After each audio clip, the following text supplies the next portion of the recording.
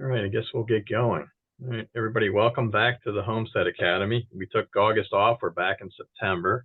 And Kate and I have been working on some upcoming meetings also for October and I guess for November, December. So stay tuned.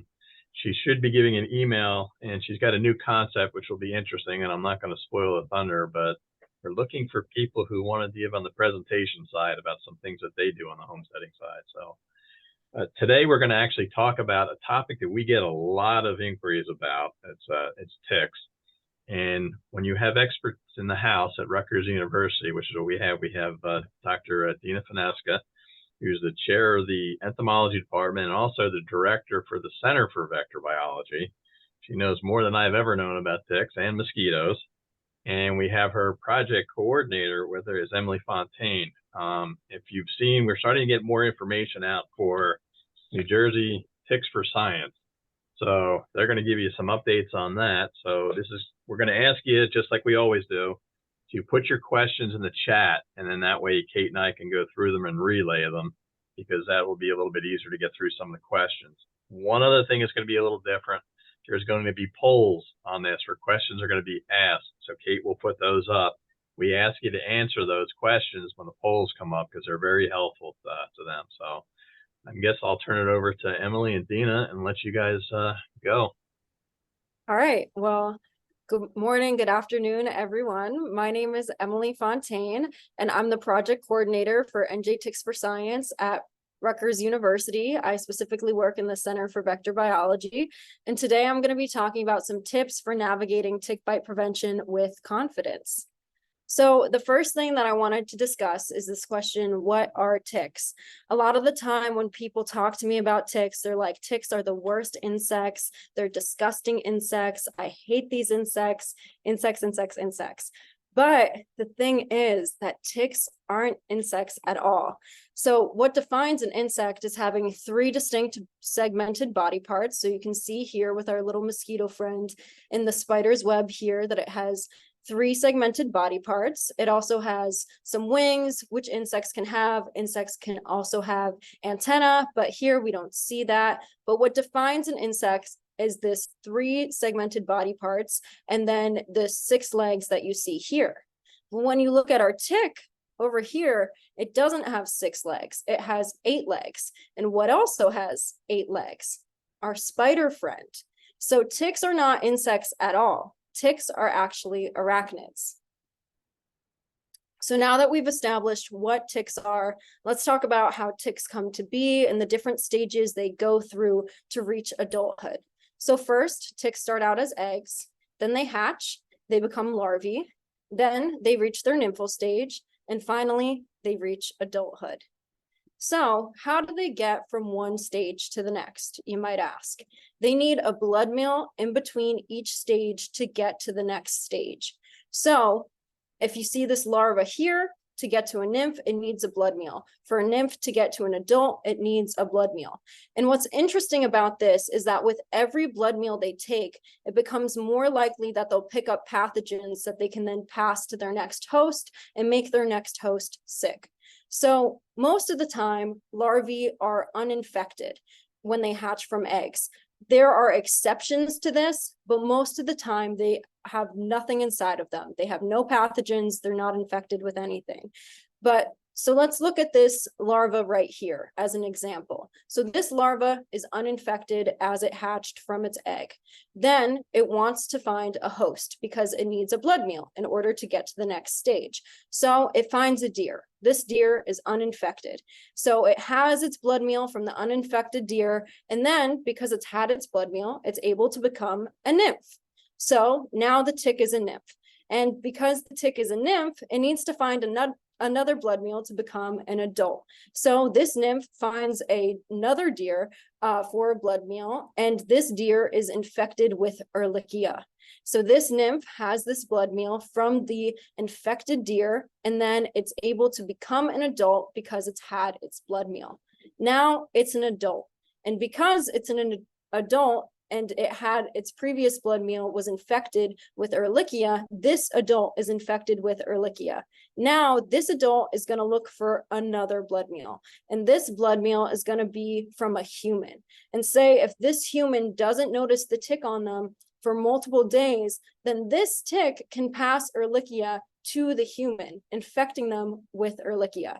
So that's how they can pick up pathogens and also how they can move through their life cycle.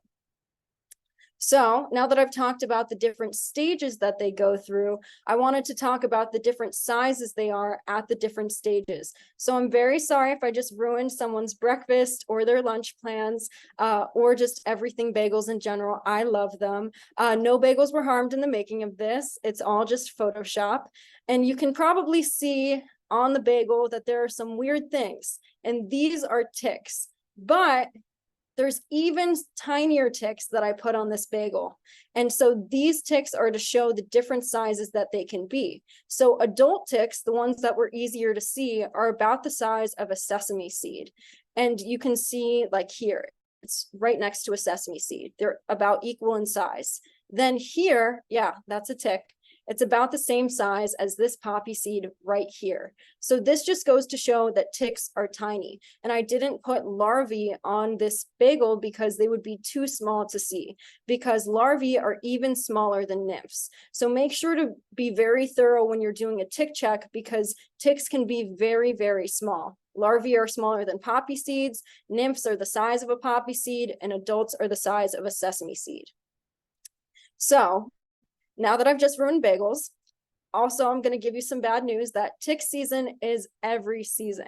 And you might be looking at this graph and say, Emily, this doesn't cover all 12 months of the year. But I'm just going to let you know that in all 12 months of the year, there will be ticks active out and about looking for hosts. And during the winter, which isn't included in this figure, that's when we'll see black-legged deer ticks out looking for hosts questing. But they won't be necessarily active if it's like freezing cold, 32 degrees in the winter. Then they'll go into the soil to stay warm.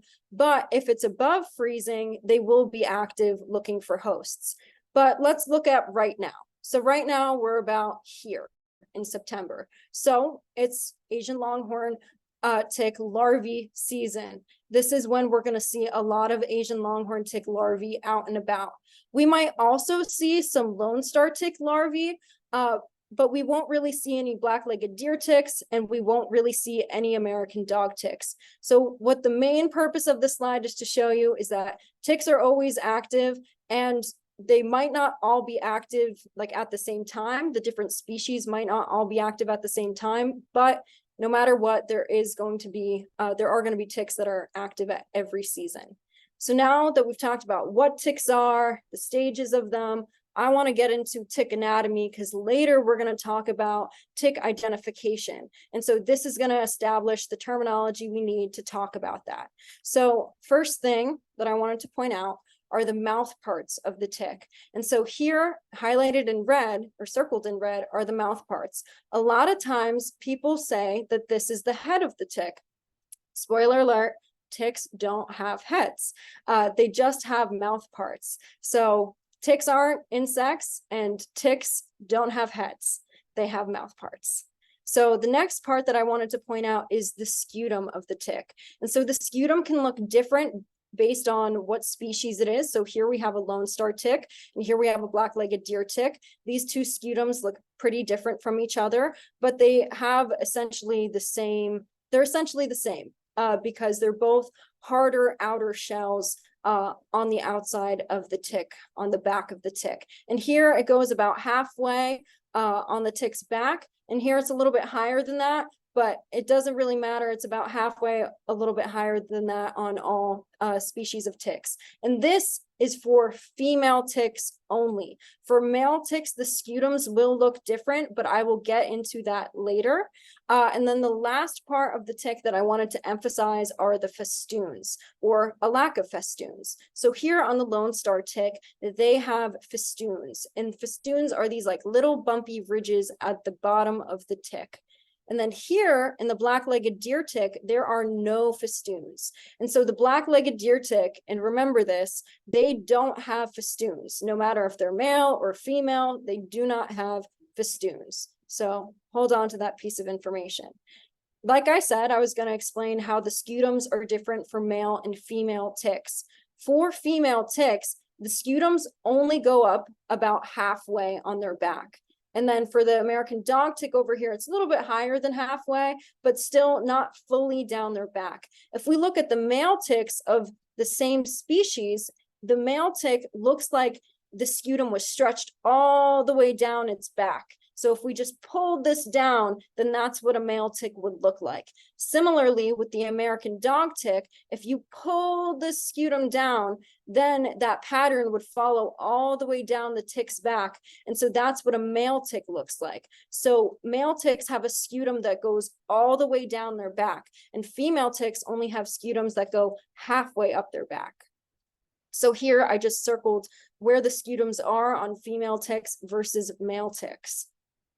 And you might wonder why. Why is there this difference in scutums for male ticks versus female ticks? And the reason why is because female ticks need so much blood in order to reproduce. They need to produce eggs. And so they need a lot more energy than the male ticks do. So what this does is, since this is like a hard outer shell, if it was covering the whole back of the female tick, then they wouldn't be able to expand and blow up kind of like a balloon. So because they don't have that hard outer shell along their whole body, they're able to expand. They're able to get the blood that they need to have the energy to produce eggs. So these are both female ticks. If you ever see an engorged tick, like super engorged like this, that's a female tick. And as you can see, the scutums are still intact here. And this is how I ID engorged ticks a lot of the time, is by looking at the scutum, because you can see here that the kind of camouflage white markings, this is very distinctive for an American dog tick. So you can still tell what the species is after it's engorged, in part by using the scutum. So now that I've explained some tick anatomy, I wanted to quiz you guys. And it's not high stakes at all. I just want to see how you're doing with the information so far. So which one out of these two, the left or the right, is the female tick? All right. So most of you have selected the correct answer. I'm not sure if you can see the results of this poll, but what I see is that most people have selected the one on the left. And the reason why the one on the left is correct is because the scutum only goes about halfway up here. And I'm gonna share the results real quick. So the scutum only goes about halfway up. And so this gives it the room it needs to get all the blood it needs to reproduce and to produce those eggs. The scutum for the male tick goes all the way down its back. And so for the Lone Star tick, this might have thrown you off, the dot on the back, but for Lone Star ticks, females are the only ones that have this dot. So the name might seem a little confusing because that's what they're named after, this little star on their back, but the males don't have any star at all. So they can look different depending on their sex. So now, since you've seen some images of ticks, I wanted to let you know that there's actually 14 species of ticks here in New Jersey. And before you get scared and like, oh my God, there's 14 species of ticks that I need to worry about, I'm going to let you know that these are the main 4 that are going to bother you and your pets and livestock. These are the ones that you want to look out for and that you're really going to see. Like these are the only ones that you'll likely encounter. These other species of ticks that you see here in the middle and a little bit down here, these ones aren't going to bug you as much or really at all because they're more species specific. So this is a rabbit tick and this is also a rabbit tick. That's actually not a mistake. They're both commonly named rabbit ticks. They have different scientific names, but they're both called rabbit ticks because they only bite rabbits. So these ones are going to bite humans, dogs, livestock, but these are going to stick to rabbits, and then bird ticks are really going to stick to birds. And then a special shout out goes to the brown dog tick and the Gulf Coast tick. You might see some brown dog ticks here, and one could bite you, but they're less common now. They were the most popular tick here in New Jersey about 100 years ago. The Gulf Coast tick, also wanted to give a shout out to this one because it's an invasive species, or really more of an expansive species, because it's moving up to New Jersey from the southern United States. And so this, I've seen some Gulf Coast ticks, so have my colleagues. There has been no paper that has been published saying that they're here in New Jersey, but they are here in New Jersey. So this actually top 4 might change to top 5 in the upcoming years. But right now I don't see them regularly. And so we've talked about the 4 main tick species: the Lone Star tick, the black-legged deer tick, Asian longhorn tick, and American dog tick. And now we're going to talk about some basic tick ID in the upcoming slides. But before we do that, I want to explain why tick ID is important. And that's because if you know the species of tick, then you can figure out what you could have been exposed to. So if we look here, we see that there's a list of diseases, and they all correspond to these colors and shapes in these boxes. And so if we look at the black-legged deer tick, we see that there is a green box right here, and that means that the black-legged deer tick is associated with Lyme disease. So you probably all heard of Lyme disease, and Lyme disease is actually only associated with black-legged deer ticks. So if you're bit by any of these other ticks, there's no possibility of them giving you Lyme, because it's only the black-legged deer tick in New Jersey that can carry Lyme. But if you take one thing from this talk, what I want you to take is that there is more than just Lyme disease. So if you look at this key, you can see that black-legged deer ticks are also associated with relapsing fever, with encephalitis, with babesiosis. Rates of babesiosis are increasing in New Jersey. I've heard a lot more cases of babesiosis in the recent years. Then anaplasmosis is also something that's associated with black-legged deer ticks.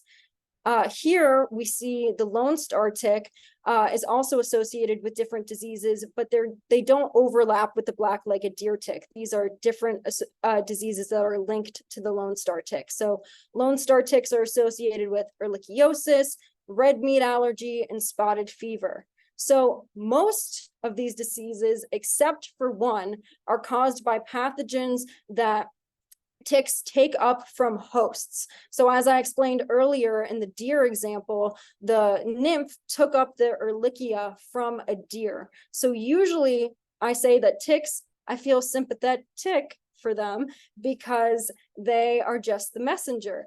But there is one odd case where they're not necessarily the messenger, but it's more inherent in the tick that could make you sick. So most of the time they take up a pathogen and then they can transmit it to you. So it's the pathogen that's the bad guy. But for the Lone Star tick, there's one exception, and that's with red meat allergy. So red meat allergy, you've probably heard of it in the news. It's actually not a pathogen. It's not something that the Lone Star tick takes up from a deer or something that it fed on. It's something that's in the saliva of all Lone Star ticks. There is a sugar molecule in the saliva of all Lone Star ticks, and some people's immune systems just react poorly to it, and it causes this red meat allergy. I've been bitten by a Lone Star tick. Luckily, I was okay. Also, some of my colleagues have been bitten by Lone Star ticks and had no red meat allergy, but I've also met people who have gotten red meat allergy just by talking to people at educational outreach events. So it's more of a, it depends on the person type of thing for the red meat allergy. So before we get into tick ID, I know I've mentioned it a few times. There's some rules of the road that we got to get straight before we can do it. So rule number 1, don't go by color. These two ticks right here, don't they look the same? They're not. Even though they kind of look like they have the same color, it looks like they almost have the same markings. These two are completely two different species of tick. Then over here, we see that this is an American dog tick, and also this is an American dog tick, but this one is extremely engorged. When it's engorged, it's a completely different color now. So if we went by color, we would be like, these are not the same species, but they are. So we don't go by color. Another thing is we don't go by size. This is an Asian longhorn tick nymph. This is an Asian longhorn tick adult. And so this one is way smaller than this one. So if we are looking at this, we might think that they're two separate species, when in reality, they're the same species, they're just different sizes. Also, if we look over here, this tick and this tick are about the same size, but they are two totally different species. So we don't go by size. Also, if we're just talking about, say, this adult tick here, one of these adult ticks can look different than another adult tick. Sometimes there's just variability in shape and size, just in ticks in general, even if they are the same species and at the same life stage. But so that's why we don't go by size and why we don't go by color. So now that we've got that established, let's get into it. So here we have the four main tick species again, and I just wanted to show what they look like at different stages and as different sexes. So here again, we have the female and male Lone Star tick. The female is always going to have this dot at the bottom of their scutum, so that's why they're called a Lone Star. The males, they don't have the star, but they still, we'll talk about how we can ID them as Lone Star ticks in the upcoming slides. But here we see the black-legged deer tick again, what it looks like as a nymph. Over here, we got the Asian longhorn tick, and you see that there are no males. There are no Asian longhorn tick males in the United States. In the US, they're parthenogenic, so that means that they reproduce asexually, so they just clone themselves to reproduce. And then over here, I added a little larva, and I didn't add it to the other ones just because right now is Asian longhorn tick larvae season. So you got to make sure to look out for these guys.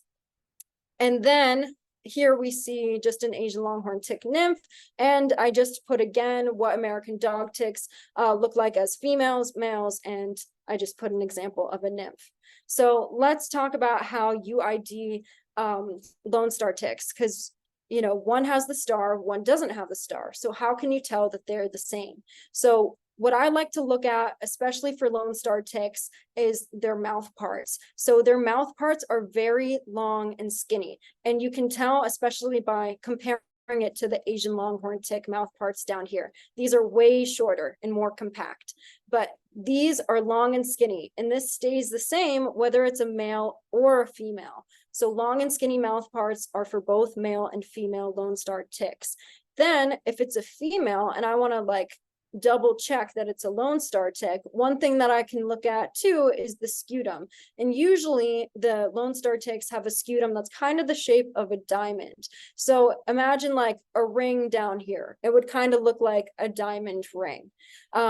So that's what I use to ID Lone Star ticks, long and skinny mouth parts. And then for females, kind of a diamond shaped scutum. For Asian longhorn ticks, they have short and compact mouth parts. And over here, I put a picture of a samurai that has a samurai helmet. And the reason why I did that is because we often, when we're talking about tick ID in terms of Asian longhorn ticks, we always say that the mouth parts look like a samurai helmet. So you see this little edge over here, it kind of resembles this. Then there's actually like a little bump here, which you can see better under a microscope, that resembles this. So it looks like a samurai helmet. So that's what we always talk about when we talk about Asian longhorn ticks. So again, these mouth parts are long and skinny, and these mouth parts are short and compact. That's the main takeaway for the Asian longhorn tick. And also their scutums are round. And this is for the females, but you will only find female Asian longhorn ticks in the United States. Then for the black-legged deer ticks, we'll see for their mouth parts that they have very long and thick mouth parts. So this is similar to the Lone Star tick in that their mouth parts are long, but instead of being skinny, they are thicker. So they have long mouth parts, and also for the females, they have a circular scutum. So this differs from the diamond-shaped scutum that we saw in the Lone Star tick, but it's more similar to the Asian longhorn tick scutum that was circular as well. So in the last case, I explained that the mouth parts for the male and the female Lone Star tick were the same, no matter the sex. But here you'll see that the mouth parts differ for the black-legged deer tick. And the reason for this is because black-legged deer tick males do not blood feed. So you're not going to come into contact with one of these in the wild because they're not interested in you. What you will see though, or what you might see, are black-legged deer tick females. So to identify them, remember long and thick mouth parts and a circular scutum. And then for American dog ticks, they have, similar to the Asian longhorn tick that we saw in the previous slide, they have short and compact mouth parts. But what differs is for the females, because their scutum only goes halfway up for females, they have, instead of a circular scutum, they have one that has 8 sides. So it has 1, 2, 3, 4, 5, 6, 7, 8 sides. And so remember again, for the scutum for males, it stretches all the way down their back. So we don't necessarily need to figure out the shape for males' scutums because they don't matter because they always go all the way down their back. So short and compact mouth parts for American dog ticks, long and thick for black-legged deer ticks. Then another way that we ID ticks is through festoons. Remember how I said earlier that all the species of ticks that we're going to be talking about today, except for the black-legged deer tick, have festoons. So Lone Star ticks have festoons. This is a female. You can see here, the males also have festoons. They differ a little bit in how they look, but they are still festoons. They're these bumpy ridges at the bottom of the tick. Then the Asian longhorn tick also has festoons. We see them here. And then, like I said, black-legged deer ticks lack the festoons. There's no bumpy ridges for males or females. American dog ticks, males and females, both have festoons. So you see that here. So just to summarize what we just talked about, black-legged deer ticks have long mouth parts, a round scutum in females, and no festoons. Lone Star ticks have long, skinny mouth parts. They have a diamond-shaped scutum for females, and they have festoons. Then American dog ticks have short and compact mouth parts. They have an 8-sided scutum for females, and then they have festoons. Asian longhorn ticks similarly have short and compact mouth parts, but they have a round scutum and they do have festoons. So now comes a little bit of a quiz yet again. So now I'm going to ask you, since we've just learned some tick ID, which is the American dog tick? So if you guys, or if you all could answer the poll, that would be awesome. All right, so I see a lot of answers coming in and most of you are selecting the correct answer. I'll give another few seconds for those who want to participate.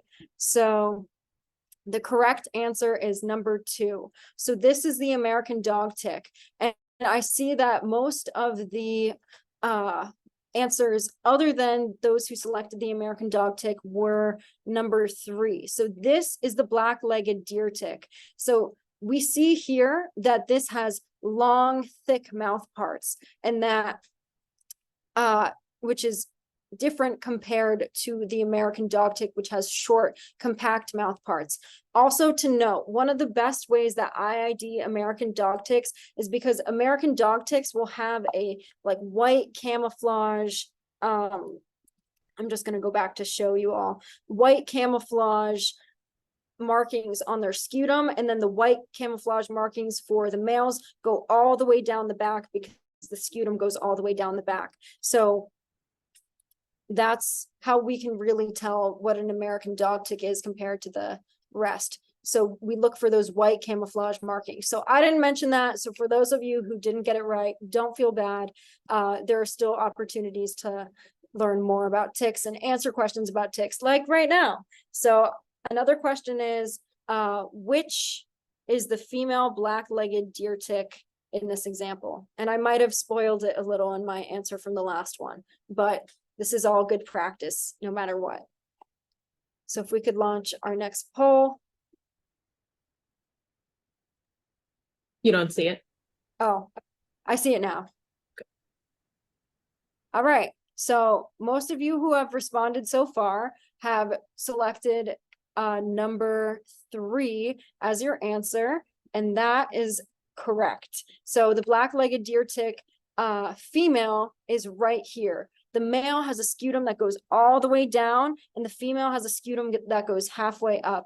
And so we can tell it's a black-legged deer tick by seeing these long, thick mouth parts, and then also a lack of festoons. Okay, next question. Which ticks are male?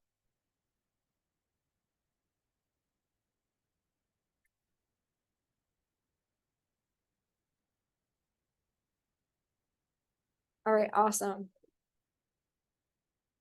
All right, so this is almost a trick question because some of them can still apply, but I want you to select all of the ones that are male. So most of you have selected the correct answers, which are 1, 2, and 4. So we see here that this is a male American dog tick. The camouflage markings that are typically on the female scutum up here go all the way down the back. Then we see number 2, this is a Lone Star tick. It doesn't have the dot, which indicates to us that it's most likely not a female. Then we see that the scutum goes all the way down the back. We see these mouth parts here. This doesn't show that it's a male, but this is how we know it's a Lone Star. Then over here, we see that this is the male black-legged deer tick. We know that because it kind of has the stumpier mouth parts here because they don't blood feed.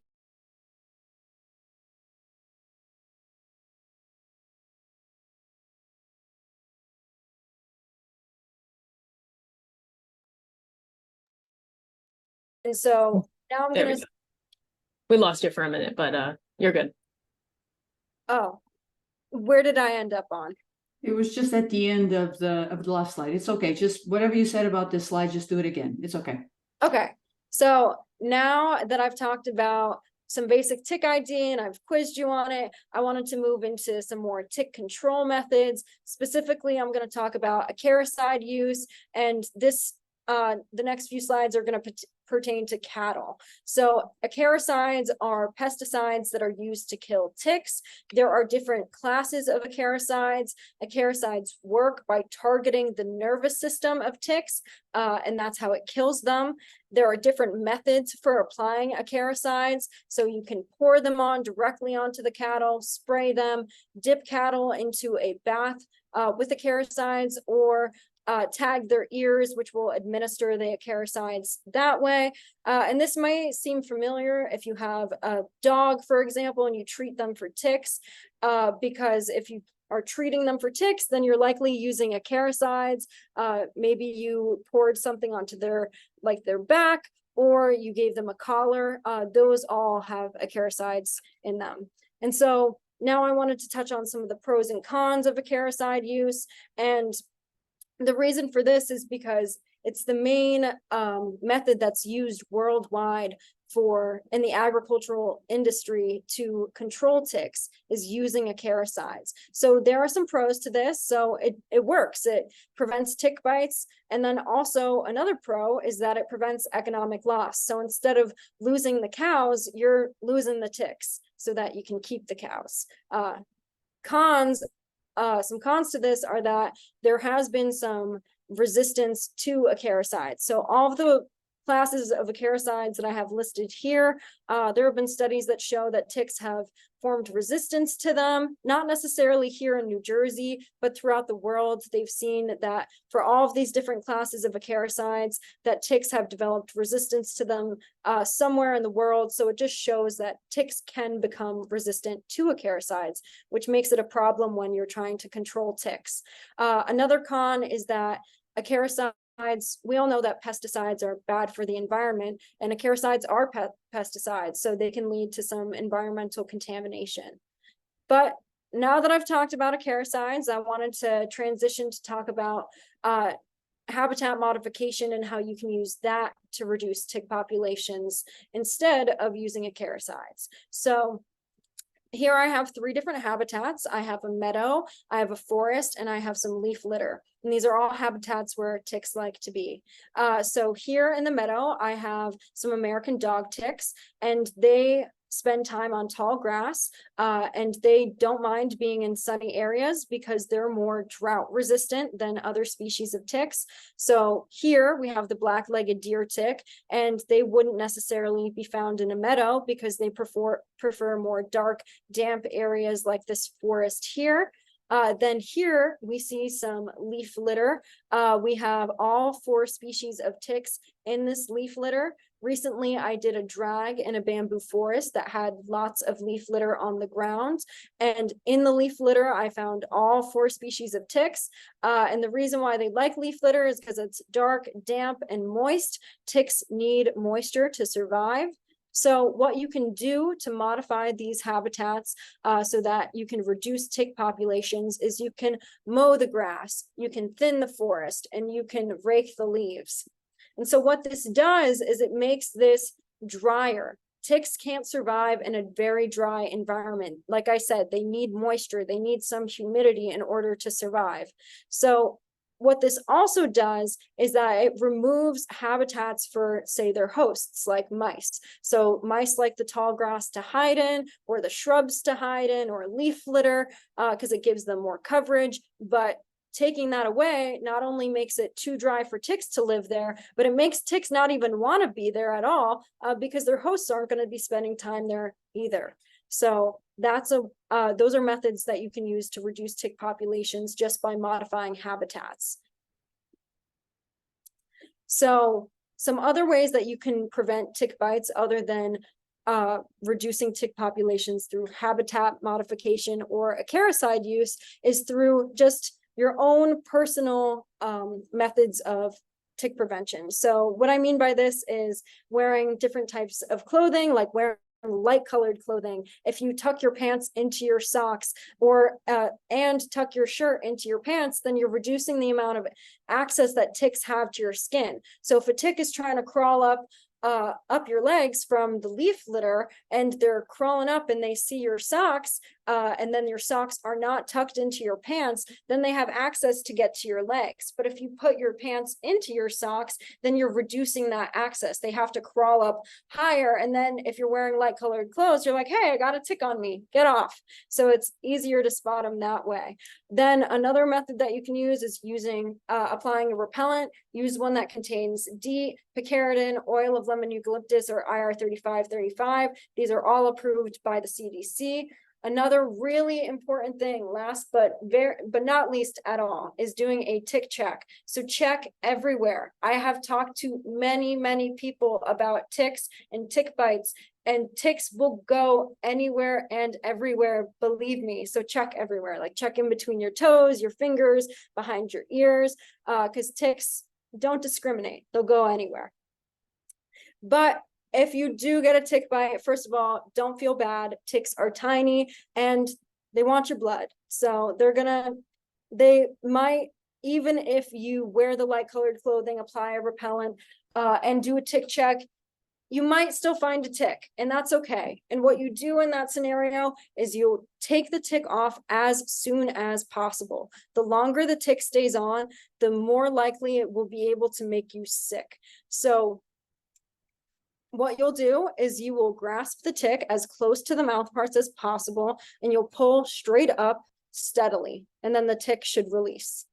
And then what you can do, if you don't have tweezers available, is you can use a tick remover, you can use your fingers, and you might say, fingers, I've heard the complete opposite of that.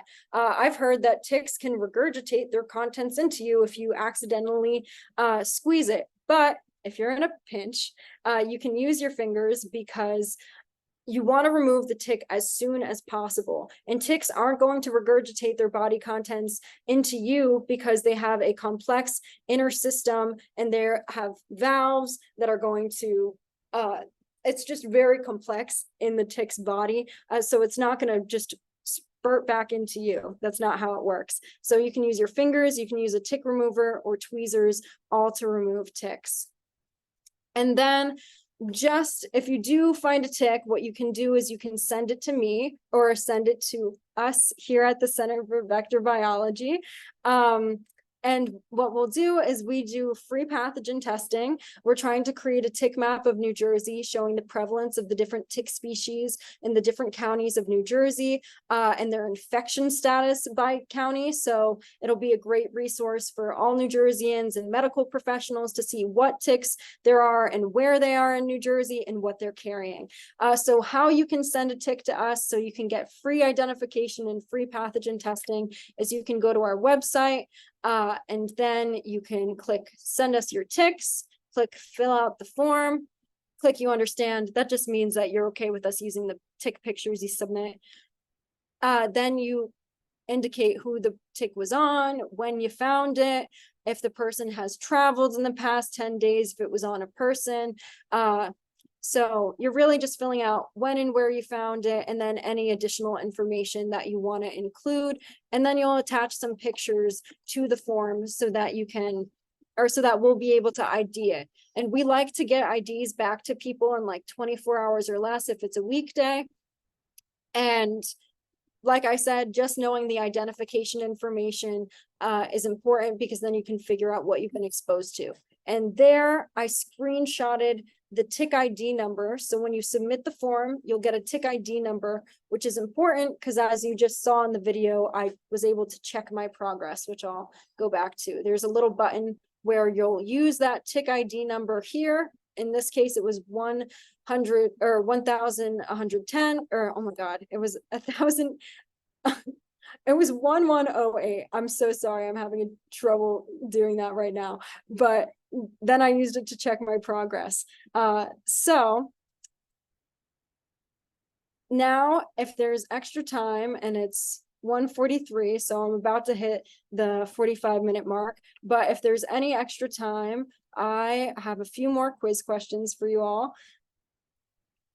Yeah, let's go ahead. Yeah. Okay, so let's do it. So, okay, so this question here just asks, which tick-borne diseases are linked to black-legged deer ticks? And so we have options A, none, B, Ehrlichia and red meat allergy, C, Lyme disease, babesiosis, and anaplasmosis, D, answers B and C. So what I see in the poll is most people selected letter C, which is correct. Ehrlichia and red meat allergy are associated with Lone Star ticks. Lyme disease, babesiosis, and anaplasmosis are all associated with the black-legged deer ticks. Then our next question is, which ticks have short, compact mouth parts? Our options are A, American dog ticks, B, Asian longhorn ticks, C, black-legged deer ticks, E, answers A and B, and F, answers C and D. So, all right, so far, okay, I'll just wait a second for the poll to continue. All right, so far it looks like most of you are getting it correct. And I'll just give you one more second. All right, so I saw some people put A, some people put B. So all of the people who answered incorrectly are actually correct, because American dog ticks have short, compact mouth parts, but also Asian longhorn ticks have short and compact mouth parts. So those who didn't answer E, you still got it right because you put one of the two. So I still say it counts because it's been only 45 minutes. You can't learn tick ID very quickly, but you all are doing a great job. So the next question that I have for you all is, nymphal ticks can be compared to blank in terms of size.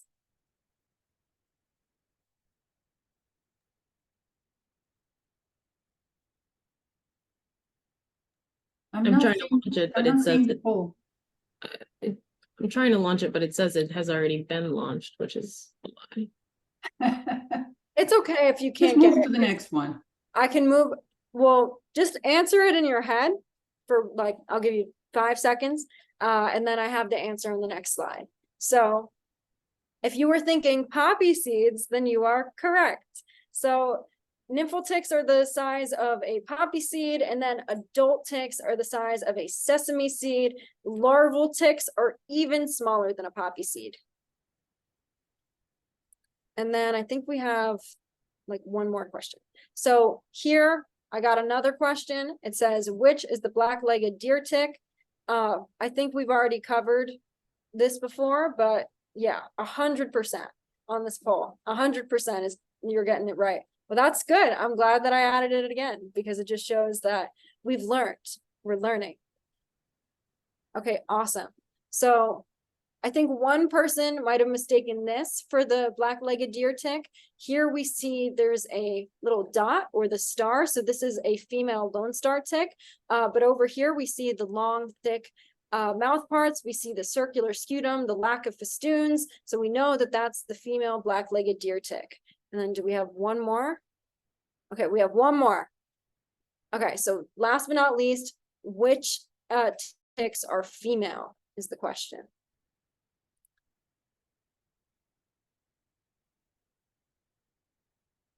And this one's a little tricky. Ooh, I think I tripped a bunch of people up on this one. But I'm happy because it's a learning opportunity. So what I see in the poll right now is I see a lot of 1, 2, and 3. It's not that you're incorrect. You are correct, but you're missing the Asian longhorn tick because the Asian longhorn ticks, there's only females here in the United States. So they are actually all female. So this concludes my talk on tips for navigating tick bite prevention. So I'll hand this. Fabulous presentation. Yeah, Thank you, Emily. Yes. I'm sure we have quite a few questions too. I have one quick question before we kick it off. Originally, when I was trained with ticks, we were also told to look at the anal gland, flipping it over for the wine glass or not. Do you guys do that at all or no? I definitely do that, but I felt like it was a little too advanced for just a beginner's guide. And when I was beginning to ID ticks, I really just looked at those 3 identifiers. But when ticks would start to come in without mouth parts or really disfigured, then I was like, oh my God, how am I going to ID this tick? And that's when I got more in depth with my tick ID knowledge. And Dina taught me how to do all of that. So that could be in a follow-up presentation. Well, also, it's really hard to do that if you have an engorged tick. Yeah, we actually do it when we have ticks that come into the master gardener office. We have microscopes set up. And we tell them to use that as a 4th thing to verify. Yeah, I mean, the only ones that we actually have a little rule, which is the frowny face versus happy face. So frowny face is the ixodes, which are the black-legged ticks, and the happy face is everybody else. And by the way, those listening, it just has to do with the anal groove underneath the anal opening. If it's posterior, it's a happy face. If it's anterior, it's a frowny face. And frowny face is associated with black-legged ticks, which are infected with they're the primary vectors of most tick-borne diseases in New Jersey. So if you really want to go all the way, Bill, here we are. Well, we actually have some master gardeners who are here who've been through some of our stuff. That's why. But we were taught wine glasses. Is it a wine glass or not? So there's some discussion on the meeting chat about this thing about spinning the tick when removing, and this is something I really would like to clarify. Emily brought up because there's been some confusing information on the web about using your fingers to pull the tick. The possibility that somehow would sort of inject the parasites on the tick into the wound. But the fact is that ticks are not like little balloons that you can just sort of squeeze and suddenly everything will just squeeze out into the wound. So Emily mentioned there's a system of valves, and actually also most of the parasites that are actually infectious are in the salivary glands. And so that's actually quite a constrained and complex set of valves that a tick needs to kind of move around to be able to feed on the blood or inject the saliva. And the parasites are going in the saliva. So it's perfectly fine to just pull the tick with your hands. As Emily mentioned, the most important thing is to get them out as soon as possible. Another thing though, if the mouth parts stay in, as Emily mentioned, there is no head in this. That is not the head. The salivary glands are actually in the body, kind of under the scutum, and they're quite large in a tick. So if you break the tick's mouth parts and they stay inside the wound, that's fine. It'll just get pushed out like a splinter. It's not, you're gonna get maybe a little bit of itching, but in terms of the pathogen, the best thing is get them out ASAP. I'm looking in the chat too. I see another question. I'll throw this out to you guys for comment. It says, remove the leaves for ticks, Oh, but good there's point. also a leave the leaves campaign for other insects. So I guess it's like everything else. There's good and bad to everything. I don't know what your thoughts are. Good question. What we do know is that there's a study actually done here in New Jersey where our colleagues, Bob Jordan and Schulze, they check to see what happens if you make these piles of leaves. You actually going to create these habitats that are more that are so protective of ticks. In terms of actually leaving the leaves on the ground, the argument is don't make a pile of leaves and leave those piles there. It's probably better to just leave let the leaves be on the ground, maybe shred them.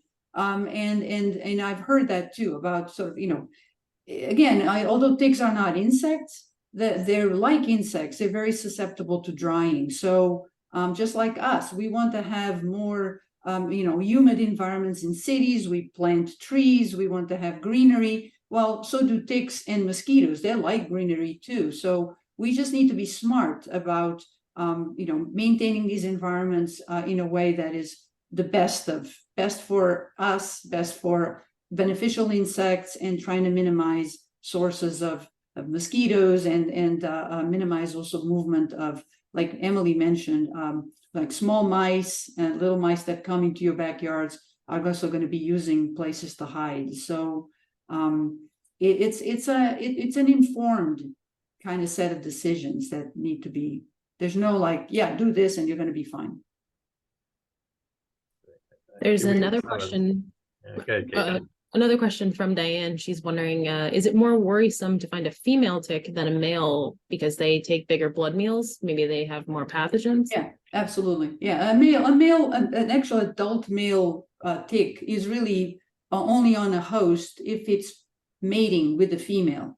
They may take small, tiny little blood meals to kind of keep on going, but they do not take the extensive blood meal that a female does. So in terms of adults, the female is the one to concern. But in terms of actually stages in general, and in particular for the black-legged tick, the most concerning are the nymphs, because the nymphs are actually at their peak in the spring when everybody's going, oh, it's nice outside, I'm going to go, shorts, t-shirts, and I'm so happy it's nice and warm, and they're so small that although they're less likely to be infected than an adult black-legged tick, they're out in the spring, while the adult black-legged ticks are out in the fall, where you're having boots and long pants, and you're much less likely to get bit, because it goes exactly with what Emily said, that protecting yourself when you're outside, preventing contact between the accessibility of your skin to ticks is really an important point. Just a follow-up to that, I'm wondering how long does it take between life stages? So it can take several months. In fact, the black-legged tick has a 2-year lifespan. So the adults basically survive the winter, still looking for, they actually come out often in November during the deer rut. The deer are a very important source of blood for a lot of species of ticks. Lone Star ticks are almost completely dependent on deer. They'll feed on other animals, but the deer are a very important source of blood for them. Same thing with black-legged ticks. And so the black-legged ticks specifically, they go out, they're in larger numbers as adults in the fall when deer are in rut. And they can be quite common. And then they'll lay eggs throughout the fall, and in the larvae, the peaks of the larvae are actually in the spring of in the next year. So there's several months between tick stages. They're like, I always joke about, I also work on mosquitoes. So mosquitoes are like the hare and ticks are the tortoise, slow and steady. Everything is slow with ticks. But they are very good at multiplying because we're creating habitat and there's lots of deer. So you're absolutely right. Mary commented that white-footed mice are a big source of blood for black-legged ticks. That is true for larvae. They really are the primary host of larval black-legged ticks. You don't even really come across them because they're just in the lower strata of the leaves in the soil, and they're feeding on mice, which are there too, right? The nymphs are the ones that are starting to look for something bigger, and then the adults will be primarily feeding on deer. You find black-legged, literally, we just did a survey across the Rutgers campus. We found black-legged ticks in literally everything. They're found from mice to raccoons to groundhogs to deer. They really are an equal opportunity tick, and unfortunately, that means they get exposed to many different parasites and pathogens, bacteria, virus, protozoa, and therefore they can then become really good vectors of that. There's a question I see here too, which is one that comes up a lot, and I just want to caution everybody, we don't offer medical advice, but the question here is, if you find a tick and it's identified as a possible carrier of disease, should you take antibiotics prophylactically? And I don't know what the official statement is. Yeah, there is no official statement. The official statement is we're a PhD, not the medical. Yeah, we're not medical providers. Frankly, one of the things we're trying to do is actually educate the medical doctors, which means you need to educate yourself and actually go talk. When you're talking to your doctor, you should come with knowledge base. So you should get the CDC line is you should not actually have the tick tested. Because if the tick is tested and comes out negative, you may have a sense of like, oh, I'm fine. When in reality, you could have been bit by a different tick since you got exposed to ticks, obviously, because you had one, and you could have been infected anyway. If the tick comes out negative, then, positive, then it may not have been enough time.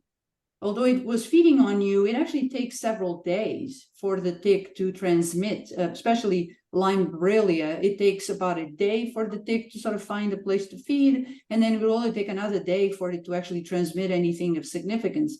So if what we do at the New Jersey Ticks for Science is that we focus on these two species, Lone Star ticks and black-legged ticks. And we do test the ticks. So if you send it to us, we will test them and provide you with the data. If the tick is positive, and frankly, what we tell everybody is if you know you got bit by a black-legged tick, go look at the symptoms for all the different pathogens they can carry, especially Lyme pathogen, because that's the most common thing. And start looking for signals. Some people would argue that taking antibiotics prophylactically, it's going to destroy your microbiome. So I don't recommend taking antibiotics. You can also lead to antibiotic resistance in these different things, not necessarily for tick-borne pathogens. And then finally, black-legged ticks can be infected with a protozoa that results in babesiosis. It's like a malaria-like protozoa. Antibiotics are not going to do anything to that. So you really need to keep an eye on symptoms and then contact your doctor if you start recognizing some symptomatology and then take appropriate medication depending on what those symptoms are. Yeah, By the way, viruses can also be transmitted by this black-legged tick. I'm sorry, Emily, you're going to say something? Go ahead. I was just going to say that if the tick comes back positive, say you send a tick to us that was attached to you, as Dina said, like it doesn't necessarily mean that you're gonna have whatever it was carrying, because it all depends on how long the tick was on you for. And like Dina was saying, like there could be a totally other tick that could have bit you and maybe you could be infected with that. But if it does come back positive for something and it was attached to you for many hours, then you can use that as a piece of evidence that you bring to your doctor, and then that can start a conversation. And especially if you know what the species is, then you can use that key that I had, and this will be posted online soon, and you can go back and look at that key and pause or screenshot it. We also have brochures if you ever wanted to stop by, because it has all of the same same information in it. But you can use that key as kind of like something to show your doctor and say, you know, I tested my tick and it came back positive for this. I know it was attached to me for a long period of time. Let's use this as evidence and move forward from there and talk about treatment options and things from there and testing options. Yeah. You guys want to give one more shout out for your Ticks for Science? And that's grant funded, correct? The Ticks for Science? So you No, don't know it's how- not. That's not a grant. This Okay. is this was actually the state of New Jersey that in 2021 provided a one-time source of funds for to develop research on ticks and tick control. We just actually New Jersey Agricultural Experiment Station just hired Emily. Emily has been on that one-time funding. She has just gotten hired by NJAS, and now we're trying to figure out ways of obtaining additional funding for maintaining the program. It's we're trying to basically show results. Okay, this is what we can do. Let's see what people think of what we're doing, and we would love to find input. Again, the New Jersey Ticks for Science, which is Rutgers. Emily? It's tick.rutgers.edu. Thank you. Ticks.rutgers.edu has you can send it. You can also contact us directly through the website on the site. I was just answering questions this morning. Anybody that emails us, we respond with detailed information.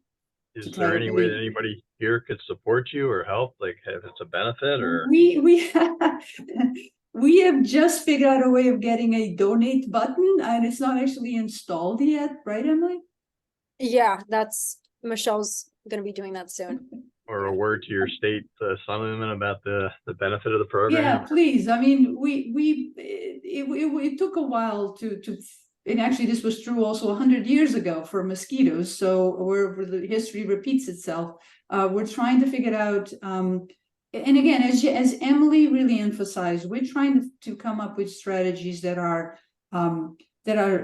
stable. What's the word I'm looking for? Trying to minimize caricide application, coming up with alternatives. She mentioned forest thinning. One of the worst things that also is contributing, one of the things that is also contributing to the big increase in black-legged ticks is invasive species of plants that are basically, things like knotweed that are creating these dark and sort of very, very inaccessible forests that are just really great habitat for black-legged ticks because they're humid. Just clearing, we found there's evidence of Japanese. There's a bunch of little bushes are again invasive species that are associated with increase in black-legged ticks. So when we say forest thinning, it actually is done in conjunction with fire reduction. This was work done by our group and in the Pine Barrens, and we found a very significant reduction, 80% reduction in total tick numbers, and basically black-legged ticks went to zero. And this is just we're not talking about cutting down the forest. It's just increasing the sort of spacing and cleaning up the underbrush and thinning out the trees to allow sunlight onto the ground. And it also is done in combination for improving habitat for birds. So having people know that you can use habitat modification in ways that can be like a twofer. You're doing fire reduction, habitat improvement, and you may also reduce the number of ticks. Happy to I know we're running up on our clock because we always promise to get everybody out of here on time, but I want to thank both Emily and Dina for being here with us today. It was very informative. Thank you for inviting. I'm happy to come any other function that we really are trying to have this message, and also the use of the New Jersey Ticks for Science by New Jersey residents. It's just for New Jersey, people in New Jersey, not necessarily residents, but we're trying to obtain information about New Jersey ticks.